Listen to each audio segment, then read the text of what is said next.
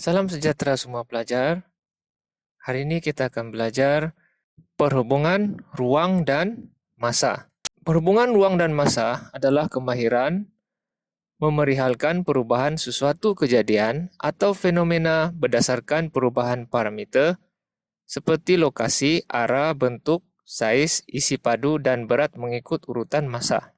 Apa maksudnya di sini ialah memerihalkan itu kita menjelaskan sesuatu. Kita menjelaskan perubahan yang berlaku pada kejadian itu berdasarkan perubahan parameter. Contohnya perubahan lokasi, arah, bentuk, saiz, isi padu, dan berat. Mengikut urutan massa. Ataupun pendek kata, kita boleh kaitkan perubahan parameter itu dengan massa. Oke, kemudian kita jelaskan perkaitannya lah. Contohnya begini. Apakah perubahan yang dapat kamu perhatikan apabila sebatang es krim diletakkan di bawah cahaya matahari selama 20 menit? Oke. Katakan dalam masa 20 menit ini, berselang 10 menit ini, ya, ada es krim lah diletakkan di situ. Kita tengok apa perubahannya. Parameter kan. Kita mau cari apakah parameter dia tuh. Apakah perubahannya itu. Kalau kita dapat lihat di sini, perubahannya selepas 10 menit, size-nya berubah menjadi kecil, bentuknya pun berubah, okay? Lepas itu selang 10 menit lagi, size-nya menjadi semakin kecil dan bentuknya pun berubah juga. Dalam masa 20 menit itu, es krim sudah berubah bentuk dan size-nya juga mengecil. Okay? Jadi perubahan bentuk dan size es krim itulah dinamakan perubahan parameter. Kemudian, apakah perhubungan bentuk dan size es krim itu dengan massa? Dalam penyiasatan di atas. Jadi kita kaitkan apa yang berlaku apabila masa itu dari 10 menit ke 20 menit. Itu yang kita mau buat perkaitan lah. Jadi, kita dapati apabila masa itu bertambah dari 10 menit ke 20 menit, bentuk es krim menjadi tidak sekata. Tidak sekata kan? Dan size-nya semakin mengecil. Oke, kita tengok. Semakin mengecil. Jadi, perhubungan ruang dan massa dalam situasi di atas adalah apabila massa bertambah, bentuk es krim menjadi tidak sekata dan size-nya mengecil. Itulah cara mencari perhubungan ruang dan massa. Oke, contoh seterusnya. Apakah perhubungan panjang bayang-bayang tiang dengan massa? Jadi kita tengok apakah yang berubah, apa parameternya, perubahan apa. Jadi kalau kita tengok di sini, bayang-bayang nih semakin pendek, kemudian memanjang semula. Jadi kita boleh letak situ, perubahan parameter dia di situ ialah panjang, bayang-bayang lah. Oke, berkurang kemudian bertambah. Jadi apa kaitannya dengan massa?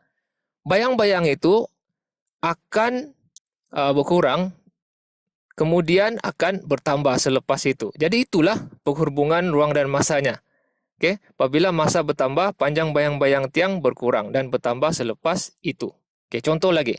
Apakah yang berlaku pada anak pokok selepas seminggu? Mula-mula kita kena cari dulu apa yang berubah dalam seminggu itu. Jadi yang berubah di sini ialah satu, kita boleh tengok ketinggian anak pokok itu bertambah kan. Satu lagi yang berubah di sini ialah bilangan daunnya. Jadi parameter di situ ialah ketinggian anak pokok dan bilangan anak pokok. Jadi kaitkannya dengan massa. Apabila massa bertambah, okay, apabila dari hari pertama sampai hari ketiga sampai hari ketujuh, apabila massa bertambah, ketinggian dan bilangan anak pokok bertambah. Itu perhubungan dialah ruang dan massa untuk contoh ini. Oke, yang ini pula. Ali diberi masa 10 saat untuk meniup belon. Asal ada berkaitan dengan massa, maka pasti ada perhubungan ruang dan massa. Jadi Ali diberi masa 10 saat untuk meniup belon. Selepas 10 saat, saiz belon yang ditiup menjadi besar. Oke. Jadi cari apakah perubahan parameter, apa yang berubah di sana? Saiz belon yang ditiup. Oke, ini kecil, besar, besar kan? Jadi perhubungan dia apabila massa bertambah, apabila massa itu bertambah, dari 1 saat, 5 saat ke 10 saat, size belon bertambah.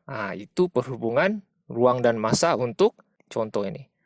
Yang akhir, Jadual menunjukkan jisim apel yang berjaya dikutip selepas beberapa jam. Okey, ada berkaitan dengan masa. Jadi ada perhubungan ruang dan masa. Apa perhubungannya? Kita cari dulu apa perubahan parameternya. Apa yang berubah di sini? Selain daripada masa. Yang berubah di sini ialah jisim apel. Ini 100 gram. Makin bertambah dan makin bertambahlah. Jadi perubahan parameter dia ialah jisim apel. Maka kaitkan dengan masa.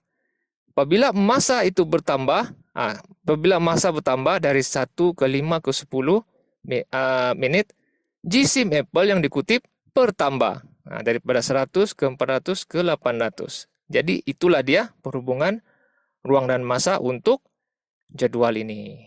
Kita kembali ke buku teks. Di sini ada satu persoalan.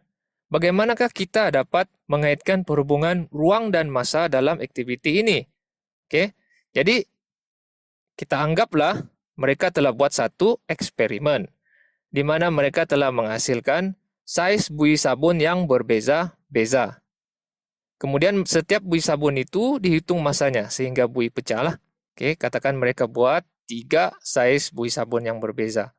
A, B dan C. Okey. Kemudian mereka ukur berapakah tempo untuk buih sabun itu pecah lah. A berapa saat. Okey. B tunggu berapa saat baru akan pecah. C berapa saat akan pecah buih sabunnya. Daripada keputusan eksperimen tersebut, didapati buih sabun yang kecil ambil masa yang singkat untuk pecah. Buih sabun yang besar ambil masa yang lama untuk pecah. Maksudnya yang kecil ini sekejaplah pecah 10 saat kan. Yang besar sabunnya 30 saat baru pecah. Jadi, adakah penyesatan ini berkaitan dengan masa? Ya, sebab dia ambil masa untuk pecah kan buih sabun itu. Maka, pasti ada perhubungan ruang dan masa. Okey. Jadi untuk mendapatkannya, kita kena tahu apakah perubahan parameter yang kita dapati di situ. Okey, kalau kita tengok di sini, apakah yang berubah? Yang berubah selain daripada masanya ialah saiz buih sabun. Jawapannya saiz buih sabun lah. Jadi kita kaitkan. Apa kaitannya saiz buih sabun itu dengan masa? Jawapannya, dalam situasi ini, semakin bertambah saiz buih sabun, semakin bertambahlah tempo yang diambil oleh buih sabun untuk pecah. Maka itulah perhubungan ruang dan masa dalam penyiasatan ini. Jadi itu saja untuk hari ini. Selamat belajar.